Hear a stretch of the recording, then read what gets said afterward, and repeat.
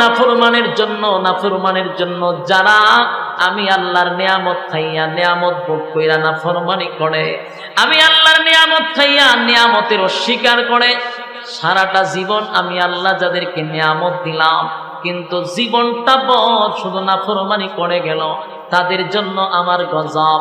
কিন্তু এখন দেখি জমিনে কোনো নাফরমান নাই, সব ঈমানদার আল্লাহওয়ালা হয়ে গেছে।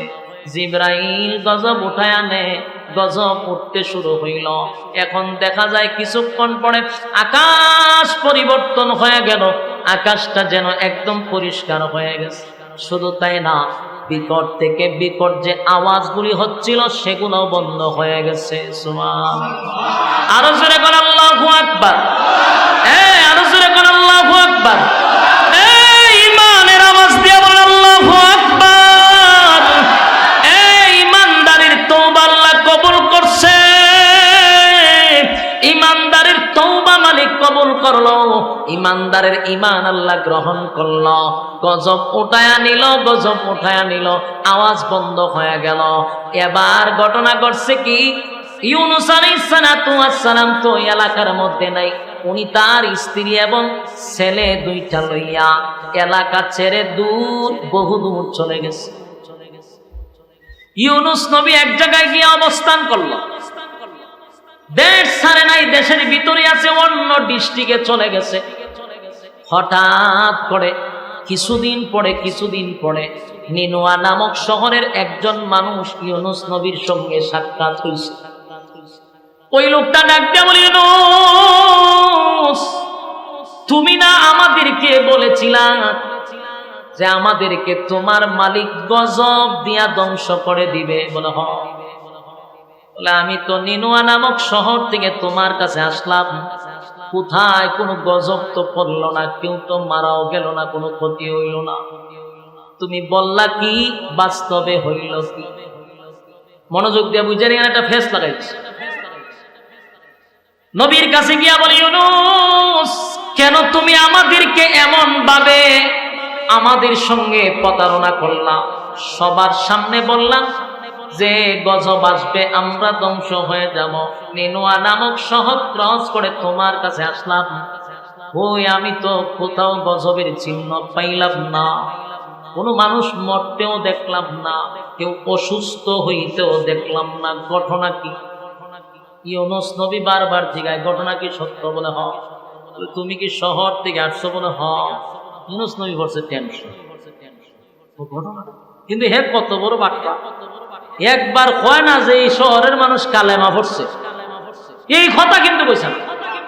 এই কথা কইলে তো ইউনূস নবী বুঝতো, কিন্তু হ্যাঁ কইছে আমি শহর থেকে আইছি, কই একটা মানুষ মরল না, অসুস্থ হইল না, ধ্বংস হইল। ইউনূস নবী পড়ছে মহা টেনশন। হইলে কি তা আল্লাহ না আমার সাথে ওয়াদা করলো, আমার দিয়ে আল্লাহ কইলে আর আগে কইবার লেগেছে গজব দিয়া ধ্বংস করে দিল, আমি গানাইলাম গজব দিল না, এটা কোন তাল বাহানা? ইউনূস নবী পড়ছে মহা মুশকিল।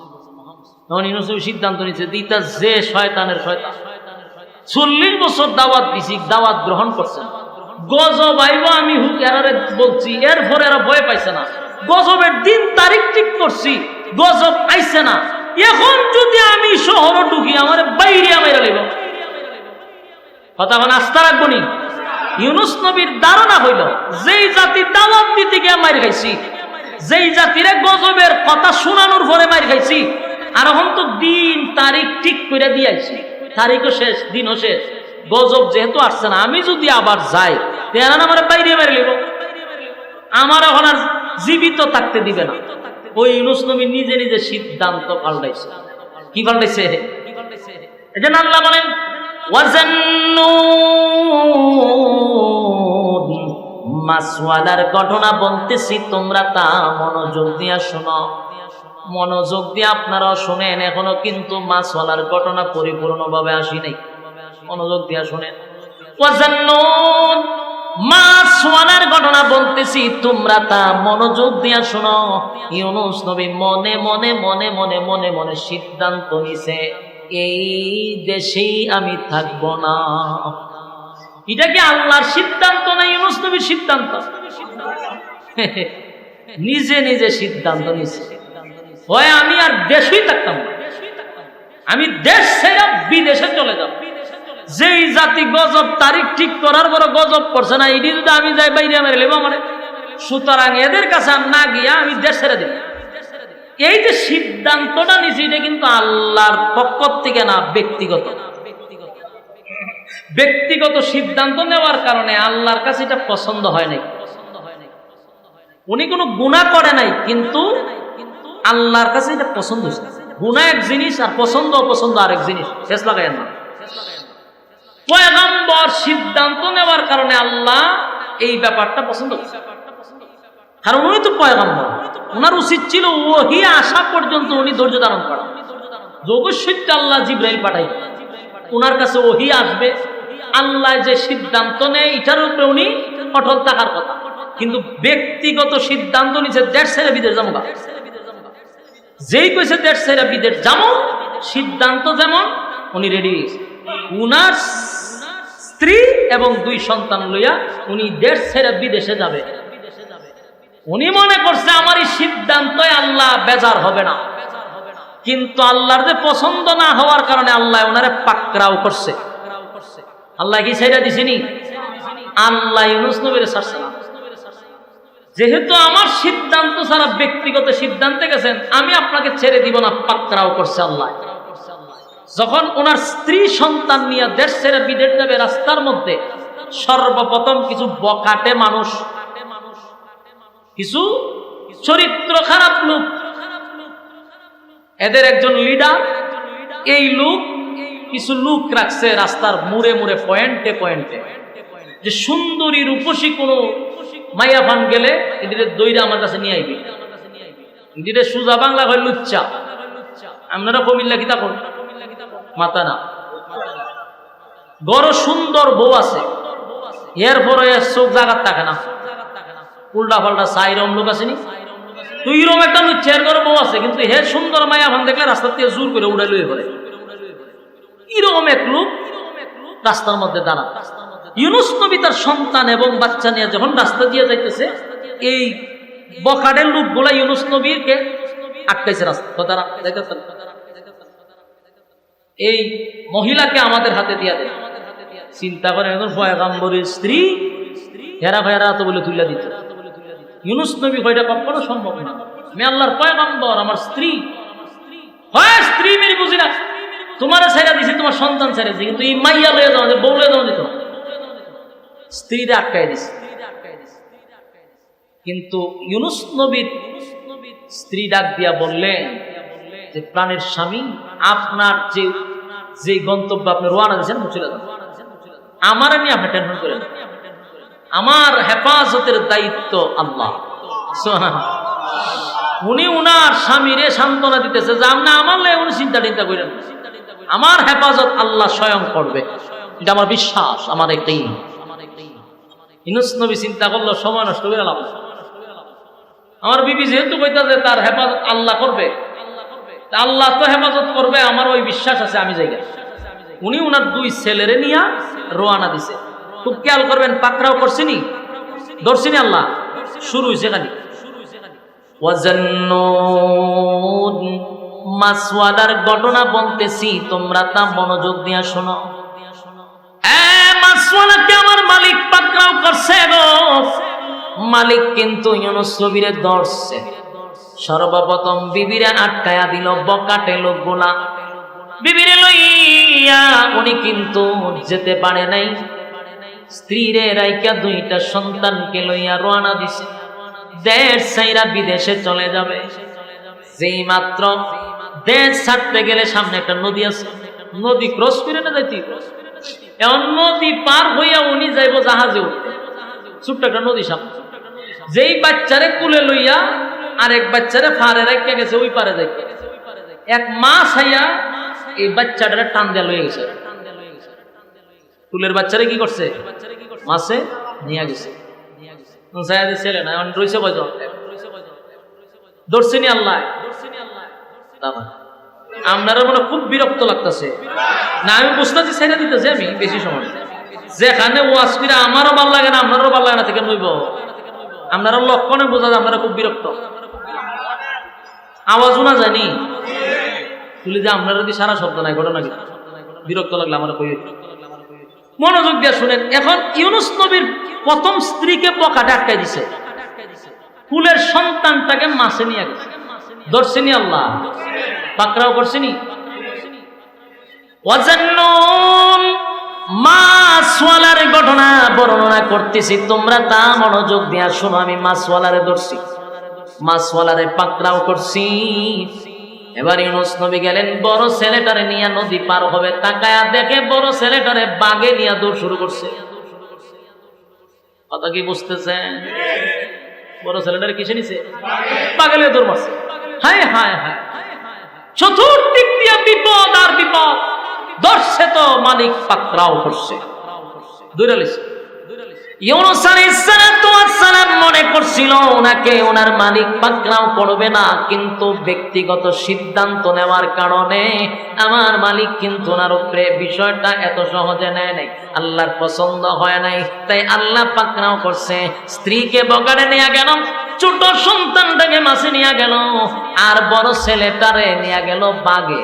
এবার নিঃস্ব হইয়া একেবারে আর কেউ নাই, সন্তান নাই, স্ত্রী নাই, কেউ নাই, একা হয়ে গেছে। ইউনুস নবী এবারও সিদ্ধান্ত নিল দেশ ছেড়ে বিদেশ চলে যাব, যেই জায়গায় স্ত্রী নাই, সন্তান নাই। কওমের মানুষগুলো আমার কালেমাও পড়ে না, মনের মধ্যে ব্যথা লইয়া নদীটা পার হইয়া যখন যাত্রীবাহী জাহাজে উঠছে, ওইটা উনি একটা জায়গায় নীরবে বসে রয়েছে। যাত্রীবাহী জাহাজ সাগর পাড়ি দিয়া তারপরে গন্তব্যে যাবে। মাছ নদীতে যাওয়ার পরেই এখন আর জাহাজ সামনে যায় না, শুধু জায়গায় ঘুরে। পাকড়াও কি শেষ? না আরো রয়েছে? কথা দিয়ে কন্যা হয়েছে, পাকড়াও কিন্তু শেষ হয়েছে না, ধরছে। এখনো মাছওয়ালার ঘটনা শুরু হয়েছে খালি মাত্র। ওয়াজান্নুন মাছওয়ালার ঘটনা বর্ণনা করতেছি, তোমরা তা শোনো। মাছওয়ালায় কিন্তু জাহাজে উঠছে, দেশ ছেড়ে বিদেশে যাইব। এখনো পাকড়াও শেষ হয় নাই, মালিক কিন্তু এখনো ধরার বাকি রয়েছে। জাহাজ এখন পানির মধ্যে জায়গায় ঘুরে, জায়গায়। এখন যাত্রীবাহী জাহাজে যত মানুষ আছে, এরকম ঘটনা কি? তো ঘটনা কি? প্রতিদিন আমরা যাই, প্রতি সপ্তাহে একবার যাই, এরকম তিলিস্মিতি তো দেখছি, এরকম নাটক তো দেখলাম না যে জায়গা তুই ঘুরে। ঘটনা কি? লক্ষণ খুব খারাপ, লক্ষণ খুব খারাপ। লক্ষণ খারাপ কিতা বলে? লক্ষণ খুব খারাপ। নিশ্চয়ই কেন কোনো পাপিষ্ঠ লোক আছে, লক্ষণ তো খারাপ দেখতে। জায়গা ঘুরে গেলে একজনে জায়গা ঘুরে, তার কারণ হইল যাত্রী বেশি উঠে গেছে, যাত্রী কমাই তুইব। তখন মায়ের সাগর যদি কেউ যাত্রী কমাই তুইব, চিন্তা করেন যায় প্রত্যেকটা যাত্রীর ভিতরের অবস্থা কি তুইব বলে বইটি কি তা মায়ের সাগর যাত্রী কমাইব মানে কি পানি ছড়ানি ছাড়া কি উপায়? কথা কই, ও যাত্রী কমাই তুইব, ওই যাত্রী কিছু কমাইলে অটোমেটিকলি গুড়া বন্ধ হয়ে যাব। যাত্রী খারে কমাইতে একজনে উঠে না আপনারা ভালাই দিয়ে ভাই মেয়ে ভাই দামি পেয়েছে নাকি মগের মূল লোক নাকি? তুমি যাত্রী আমিও যাত্রী, তুমি টাকা দিয়ে উঠছো আমিও, আমি ভর্তি করতে রাজি না। তখন কেউ কি রাজি হইব? কেউ রাজি হয়। তখন সবাই বইয়া কব নয়, এটা কইরা লাভ নাই, যে আমরা তো একটা অবস্থানে যাইতে হইব। তখন কেউই তো আর এই জাহাজ থেকে নিচে পড়তে চায় না। তখন কি করতাম? লটারি মারো, লটারিতে যার নাম উঠবে, হে যদি না লাগতেছে জোর করে বলাই দেওয়া লাগবে। আর যে পর্ব সে সিদ্ধান্ত নিয়ে নেবে যেটা তোমার কপালের দোষ, তোমার ভাগ্যে আছি, তুমি সাগরে ফরতা, এটা তোমার ভাগ্যের ব্যাপার, তুমি ভাগ্যের উপরে ছেড়ে দাও। লটারির যার নাম উঠবো সে নিজে নিজে সিদ্ধান্ত নেবে যেটা আমার ভাগ্য, খিদা করবো আমার কপালের দোষ, কপালের দোষ, নসিবের দোষ, আমার এখন সাগরে জাপ দিতেই। সবাই কহ এটা কথা ঠিক। মরলে এক দুইজন মরুক, কিন্তু পুরা জাহাজের যাত্রী মরে লাভ আসেনি। মরলে দুই একজন মরুক, লটারির যার নাম উঠে ফেলাই দাও, এরপরে যদি জাহাজ চলে অসুবিধা নাই। সবাই আবার এই সিদ্ধান্ত একমত এসে সবাই ইয়ানফসি করতো যে খান নাম উঠে হেউতিছে, সবাই বইয়া লটারির টান দিচ্ছে। লটারির টান দেওয়া মাত্র সর্বপ্রথম যার নাম দৌড়ছে উনি ইউনুস পয়গম্বর। আল্লাহ সাইরা দিছে না দৌড়ছে? পাকড়াও খালি শুরু হয়েছে, কোন সাইরা দিছে না দৌড়ছে খালি? একজন আল্লাহ বলেন ওয়াজান্নুন মাছওয়ালার ঘটনা বলতেছি, তোমরা তা শোনো। إذ ذهب مغاضبا فظن أن لن نقدر عليه فنادى في الظلمات। আল্লাহ কয় মাছওয়ালার ঘটনা খালি শুরু হইছে। বলুন মাছওয়ালার ঘটনা কি হইছে? খালি শুরু হইছে। এখন তো নাম উঠছে কার? ইউনুস নবীর নাম উঠছে। এখন ইউনুস নবীর নাম উঠছে, ইউনুস কাটাও, কারণ এতক্ষণ সবার নামের লিস্টি নিয়ে তো লটারি দিছে। ইউনুসকে ছায়া দেখে ইউনুস নবী আতিল আমি কোন হেরা সবাই ছায়া দেয়, এমন সুন্দর চেহারা, চেহারা দেখতে জাহাজের সমস্ত যাত্রীরা কয় সর্বনাশ সর্বনাশ, এই লোককে যদি তোমরা সাগরে ফেলাও, এখন তো সাগরের উপরে ঘুরতেছে জাহাজ, এই লোকরে ফেলাইলে সাগরের পানির তলে ঘুরবো। লক্ষণ খুব খারাপ, কারণ যেই সুন্দর চেহারা, এই চেহারার লোক কোনোদিন পাপিষ্ট হতে পারে না, এই চেহারার লোক কোনোদিন পাপ করতে পারে না। এমন লোককে জাহাজ থেকে ফলাইলে ভয়ঙ্কর রূপ ধারণ করবে। সুতরাং এটা ভুলে উঠছে আরেকবার তো চিন্তা করে। নবীর চেহারা তো যেই সময় যেই নবী আসতো তখন ওই জামানায় নবীর চেয়ে সুন্দর আর কেউ থাকতো না। আসেনি আপনার এলাকা? সুবহানাল্লাহ, আল্লাহ আল্লাহ আল্লাহ। আপনারা সুবহানাল্লাহ কোন সময় আমি তো গায়ে পাইছি না আমার পর্যন্ত। এখন দেখেন এরা নবীর নাম ওঠার পরে বলছে কি যে না না ভুল হয়েছে, আরেকবার দিচ্ছে লটারি তাই উঠছে আবার ইউনুস নবীর নাম। দুইবারের মাঝে কার নাম উঠছে? এরা চাই হুজুর কিতা ঘটনা কি, আবার দিয়ে আপনার নামই আসছে, আবারও মানছে কয়ও এটাও ভুল হয়েছে। এমন লোক জাহাজত, এই জাহাজ থেকে যদি আমরা সাগরে ফেলাই, আমরার সামনে আরো ভয়ঙ্কর মুসিবত অপেক্ষা করতেছে। এটাও ভুলে উঠছে আরেকবার তো, আরেকবার লটারি তিনবারের মাথা দিয়ে ইউনুস নবীর নাম হয়েছে। ধরছে কে? পাকড়াও করছে। ইউনুস নবী তো বুঝে লাইছে যে ঘটনা তো রে ভিন্ন, আমার প্রতি অত দরদ দেখাইলাম না, আমার ভালো দেখ লক্ষণ খারাপ। কিন্তু এরা ঘুরে ঘুরে না না না সব বনাস, এই লোকরে ফালাইলে মুসিবত আছে, আমরা কোনো পরীক্ষা আছে। আরেকবার দিছে লটারিতে ইউনুস নবীর নাম, এইভাবে লটারি দিছে প্রায় 10 বার। কতবার? 10 বারের মাথায় যখন দেয় ইউনুস নবীর নাম হইয়াছে, তখন যাত্রীবাহী জাহাজের সমস্ত লোক একত্রিত হইয়া হুজুর মাফ করে দিন। কিতা করো? মাফ করে দিন হুজুর। কিতা বলো? আমরা বহুত চেষ্টা করছি হুজুর, আপনারা বাঁচাইবার লাগে আমরা পানিতে না ফালাই ফেললে বহুত চেষ্টা করছি হুজুর, আল্লাহর রাস্তায় মাফ করো। 2-3 জন ধরো হুজুর, হাত ভাও ধরো, ফালাই দাও।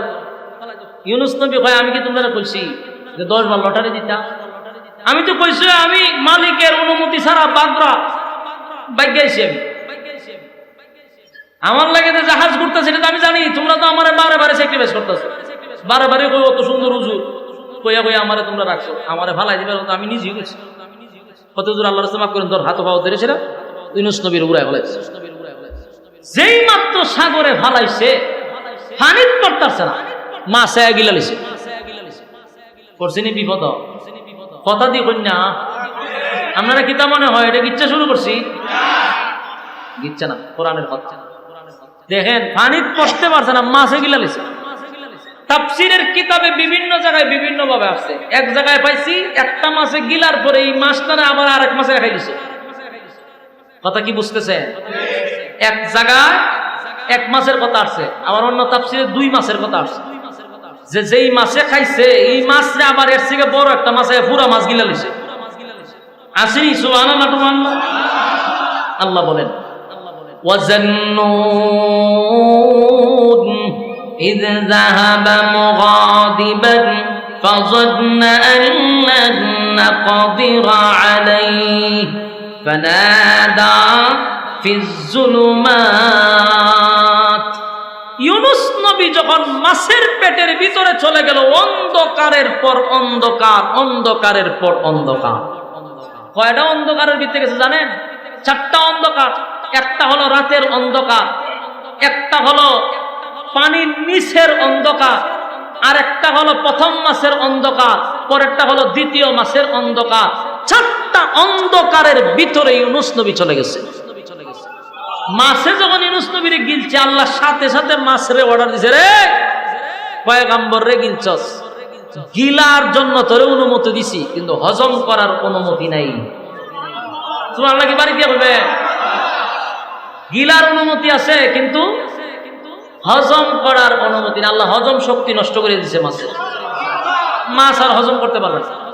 ইউনূস নবী একবার অন্ধকারের ভিতরে চলে গেছে, গিয়া অন্ধকারের ভিতরে গিয়া পড়ছে মুসিবত। বুঝতে পারছে নিজের ভিতরে একটা লারা মারছে যে ঘটনা তো আমি নিজে ঘটাইছি, আমি যে দেশ ছেড়ে বিদেশে ছিল তো আল্লাহর হুকুমে না, নিজের ব্যক্তিগত সিদ্ধান্তে আছি। এটা আল্লাহর কাছে পছন্দ হয়েছে না, আমার ধরে নিয়েছে। বুঝতে পারছে কিনা? এই জন্য আল্লাহ বলে ইউনূস নবী যখন এটার ভিতরে ঢুকছে, ঢুকার পরে নিজের প্রতি নিজেই অনুতপ্ত হয়েছে আর বলতেছে যে আমি অপরাধ করছি। আমি কি করছি? অপরাধ কি করছে? শিকা তুলে ধরেন। وَظَنُّونَ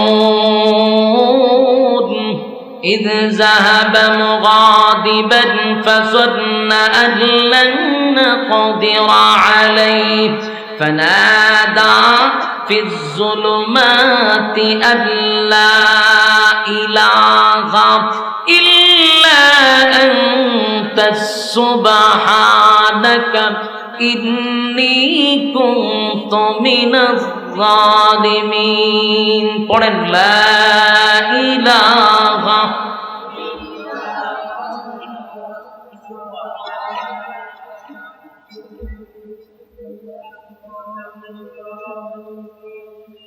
ইউনূস আলাইহিস সালাতু ওয়াস সালাম অন্ধকারের ভিতরে থাইকা ইউনূস নবী কিন্তু আল্লাহরে ভুলে নাই। সুবহানাল্লাহ। আল্লাহ রাব্বুল আলামিন বলেন ওয়াজান্নুন, মাছওয়ালার ঘটনা বলতেছি, তোমরা তা শোনো। মাছওয়ালায় কি ঘটনা ঘটাইছে তোমরা তা শোনো। মাছের পেটের ভিতরে ঢুইকা নিজের প্রতি নিজেই অনুতপ্ত হইল আর বলতে লাগলো, মালিক আপনি ছাড়া কোনো মাবুদ নাই, আপনি ছাড়া কোনো ইলাহ নাই। সুবহানাল্লাহ। ইউনূস নবী বলতে লাগলো, লা ইলাহা ইল্লা আনতাস সুবহানাকা ইন্নী কুনতু মিনাল যালিমিন। সুবহানাল্লাহ। প্রতিটা কথা দিলের কান লাগায় শুনেন। ওয়াজান্নুন, আল্লাহ বলেন মাছওয়ালার ঘটনা বলতেছি, তোমরা তা শোনো। কি ঘটনাটা ঘটায় দিল গো? মাছওয়ালা কি ঘটনা ঘটাইল? মাছের পেটের ভিতরে গিয়া ইউনূস নবী বুঝতে পারলাম আমি অপরাধ করছি, অন্যায় করছি। নিজের প্রতি নিজে লজ্জিত হইয়া বলতে লাগলো, লা ইলাহা ইল্লা আনতা সুবহানাকা ইন্নী কুনতু মিনাজ জালিমিন। সর্বপ্রথম বললেন, মালিক আপনি ছাড়া কোনো মাবুদ নাই, আপনি ছাড়া কোনো ইলাহ নাই। আল্লাহর দরবারে যখন উনি বললেন আপনি ছাড়া কোনো মাবুদ নাই, আপনি ছাড়া কোনো ইলাহ নাই, লা ইলাহা ইল্লা আনতা সুবহানাকা, সুবহান শব্দ দিয়ে আল্লাহর পবিত্রতা বর্ণনা করছে আর বলতেছে আপনি পবিত্র। আমি হইলাম ইন্নী কুনতু মিনাজ জালিমিন, আমি জালেমদের অন্তর্ভুক্ত হয়ে গেছি। আপনি হলেন পবিত্র, আমি জালেমদের অন্তর্ভুক্ত। আল্লাহ আমি অপরাধ করছি, অন্যায় করছি, বুঝতে পারি নাই, আপনার অনুমতি ছাড়াই তো আমি সিদ্ধান্ত নিছি গো মালিক, অন্যায় করে ফেলেছি। আল্লাহর শরণাপন্ন হয়ে গেল, সাথে সাথে মালিকের শরণাপন্ন হয়েছে। আমি জানতে চাই, বলুন তো দেখি ইউনূস নবী বিপদে পইরা কারে ডাকছে? কারে ডাকছে? আরো জোরে। এখান থেকে আমাদের শিখার আছে। আমাদের কি আছে? ইউনূস আলাইহিস সালাতু ওয়াস সালাম, ইউনূস আলাইহিস সালাতু ওয়াস সালাম বিপদে পইড়া, মুসিবতের মধ্যে পইড়া সর্বপ্রথম শরণাপন্ন হইল মালিকের। এখান থেকে আমাদের শিখার আছে, আমাদের জানার আছে, আমরা যদি মুসিবতে পড়ি সর্বপ্রথম শরণাপন্ন হব কার? যুবক বাড়া, মুসিবতের মধ্যে পড়ে গেলে সর্বপ্রথম শরণাপন্ন হব আল্লাহ। মালিকের শরণাপন্ন হব। ইউনূস আলাইহিস সালাতু ওয়াস সালাম কিন্তু মুসিবতের মধ্যে পড়া সর্বপ্রথম আল্লাহর শরণাপন্ন হইল, মালিকের শরণাপন্ন হইছে। আর আমরা মুসিবতে পড়লে সর্বপ্রথম মুসিবতে পড়লে ডাকবে বাবারে, বাবারে ডাক দেয়া হয়। যদি উদ্ধার হইতে পারি তাহলে আপনার দরবারে একটা গুরু আছে, গুরু পুরস্কার দিব বাবারে। বিপদ থেকে উদ্ধার হলে গুরু পুরস্কার দিব কারে? চিন্তা করেন, খাসা কঞ্চিতা কয়টা বাড়ি দেওয়ান যায়। বিপদে পড়া মুসিবতের মধ্যে পড়া ইউনূস পয়গম্বর ডাক দিল আল্লাহরে। আর আমাদের দেশের আধা পাগল গুলি ডাকে বাবারে। আবার হয় যদি উদ্ধার হইতে পারি বাবা তোমার জন্য গরু পুরস্কার, গরু না থাকলে হয় ছাগল পুরস্কার, ছাগল যদি না থাকে হয় কালা মুরগি পুরস্কার, ওই ফকিরের যদি মুরগ না থাকে হয় 4টা ডিম পুরস্কার। কথা কই না দেখি। অথচ আল্লাহর পয়গম্বর ইউনূস আলাইহিস সালাতু ওয়াস সালাম শিখায়া গেলেন মুসিবতে পড়ছি। একটা দুইটা মুসিবতে নয় গো, একটা দুইটা মুসিবতে নয়। স্ত্রী চলে গেল, 2টা সন্তান উধাও হয়ে গেল, নিজে মাছের মাছের পেটের ভিতরে নয় 2টা মাছের পেটের ভিতরে সাগরের তলদেশে গিয়া পৌঁছে গেছে। মুসিবতে পয়রা বলেন লা ইলাহা ইল্লা আনতা সুবহানাকা ইন্নী কুনতু মিনাজ জালিমিন। মালিক আমি জানি আপনি ছাড়া কোনো মাবুদ নাই, কোনো ইলাহ নাই, আপনি পবিত্র। আমি জালেম দিন অন্তর্ভুক্ত হয়ে গেছি, আমি নিজে অপরাধ করছি, আপনার হুকুম ব্যতীত আমি চলে আসছিলাম। আল্লাহ আমি বুঝতে পারছি। এইভাবে 1 দিন 2 দিন না, 1 দিন 2 দিন নয়, 40 দিন মাছের পেটের ভিতরে অবস্থান করলেন। 40 দিন মাছের পেটের ভিতরে 1.5 লক্ষ বার লা ইলাহা ইল্লা আনতা সুবহানাকা ইন্নী কুনতু মিনাল জালিমিন। একবার 2 বার 1.5 লক্ষ বার ইউনূস নবী লা ইলাহা ইল্লা আনতা সুবহানাকা ইন্নী কুনতু মিনাজ জালিমিন পড়তে লাগলেন। 1 দিন 2 দিন নয়, 40 দিন। আল্লাহ বলেন ইউনূস যদি শরণাপন্ন আমি আল্লাহর না হইতো, কিয়ামত পর্যন্ত ইউনূসকে আমি মাছের পেটের ভিতরে রেখে দিতাম। ইউনূস যখন মাছের পেটের ভিতরে তাকিয়া মালিকের শরণাপন্ন হয়ে গেল, আল্লাহ বলেন মাছওয়ালার ঘটনা শোনো। আমি মাছওয়ালার ঘটনা বর্ণনা করতেছি। মাছওয়ালা যখন একাধারে 40 দিন পর্যন্ত যখন আমি আল্লাহরে ডাকতে লাগলো, নিজের অপরাধের উপরে লজ্জিত হয়ে গেল। আল্লাহ তখন জবাব দিছে, মালিক তখন জবাব দিয়া বলে ফাস্তাজাবনা লাহু ওয়া নাজ্জাইনাহু মিনাল গাম্মি ওয়া কাযালিকা নুজিল মুমিনিন। সুবহানাল্লাহ।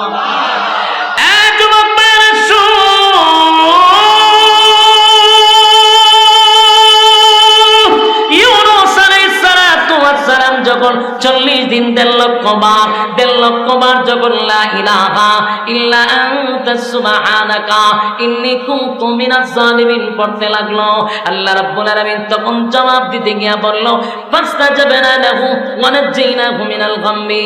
আল্লাহ বলেন ইউনূসের ডাক শুধু শুনছি এমনটা নয় গো, ইউনূসের কথা শুধু শুনছি এমনটা নয়, ইউনূস আমার কাছে সাহায্য চাইছে। আমি আল্লাহ ইউনূস নবীর কঠিন থেকে কঠিন মুসিবত থেকে আমি আল্লাহ ইউনূস নবীর অক্ষত অবস্থায় সুস্থ অবস্থায় ইউনূস নবীর আমি ফিরাইয়া দিছি। একটা জবান বন্ধ রাখবেন না, জোরে করুন আল্লাহু আকবার। ইউনূস আলাইহিস সালাতু ওয়াস সালাম মাছের পেটের ভিতরে থাইকা আল্লাহর শরণাপন্ন হয়ে গেল। মালিক বলেন শুধু তার পারত আর্তনা শুনছি এমনটা নয়, আমি তারে উদ্ধার করছি, অক্ষত অবস্থায় সুস্থ অবস্থায় তারে ফিরাইয়া দিছি। যুবক ভাইরা, শুধু ফিরাইয়া দিয়াই আল্লাহ শেষ করে নাই, মালিকের পরের অংশে বলেন ওয়াকাযালিকা নুজিল মুমিনিন। এই আয়াতের শেষের অংশটা আমাদের জন্য, বলুন কার জন্য?